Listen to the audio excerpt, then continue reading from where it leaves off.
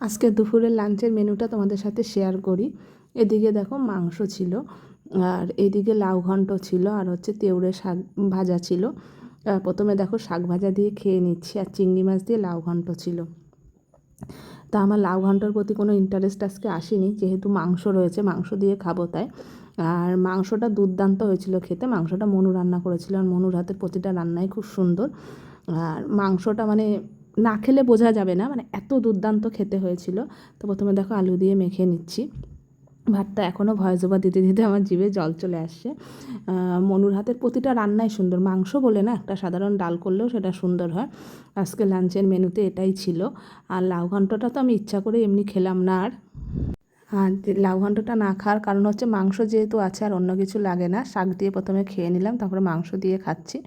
আর মাংসের মধ্যে জানো তো মেটে ছিল, আর মেটেটা খেতে আমার ভালো লাগে, আর অনেকে হয়তো গিলে বলে, আমি কচকচি বলি।